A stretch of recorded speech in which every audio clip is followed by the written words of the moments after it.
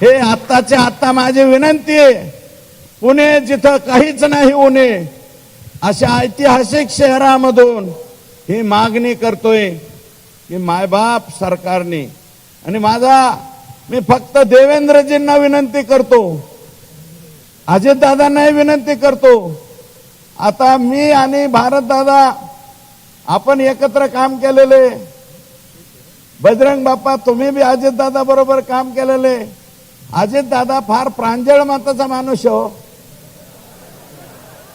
5 वर्ष तुम्ही हसू नका, 5 वर्षाच्या लेकरासारखं त्याचं हृदय आहे आणि तो कधीच चुकीच्या लोकांना, मला माहिती, मी ज्यावेळेस त्यांच्या बरोबर होतो काही लोकांना मी घेऊन गेलतो,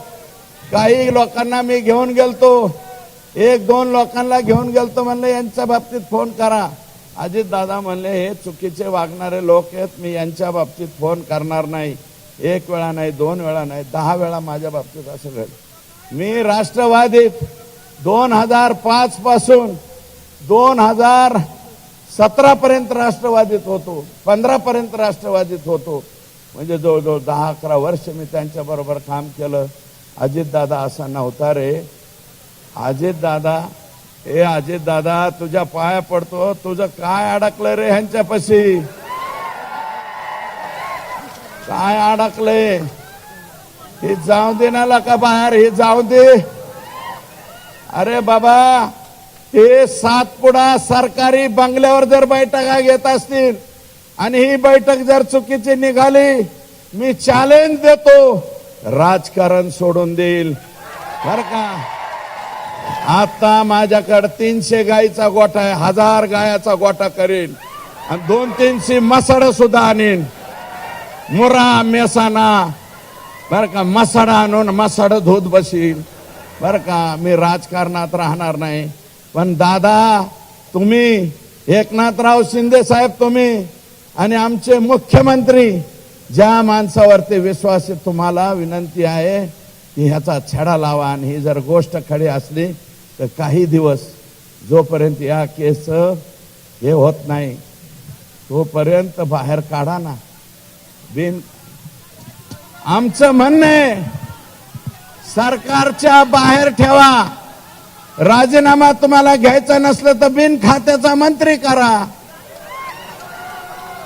सगळ्यात सोपं राजीनामा द्या ना. अरे या देशामध्ये लाल बहादूर शास्त्रींनी रेल्वेचा एक ऍक्सिडेंट झाला, राजीनामा दिला. निलंगेकरांच्या मुलीचं मार्क माग पुढे केले, मुख्यमंत्री पद गमावं लागलं. आणि 26/11च्या घटनामध्ये RR पाटलांचा एक शब्द चुकला. विलासराव देशमुखांच्या पाठीमाग रामशे बंधू, ते भयानक पिक्चरवाले, ते रामशे हिंडला म्हणून विलासराव देशमुखांना घरी जायला लागलं. आणि RR पाटलाला छुटपुट घटना होती म्हणलं म्हणून RR पाटलाला घरी जावं लागलं. अरे बाबा, मी तारीख सांगतो, 3ही नेत्यांना, फडणवीस साहेब, माननीय एकनाथ शिंदे साहेब, माननीय अजितदादा, तुमच्या पाया पडून हात जोडून विनंती करतो, यांचा राजीनामा तुम्ही घ्या. एवढी चौकशी होऊ द्या, आमच्या लेकराला न्याय मिळून द्या. अरे कोणी डोळे पाडले, डोळ्यात पाणी आलं की सगळे लोक ओरडतात.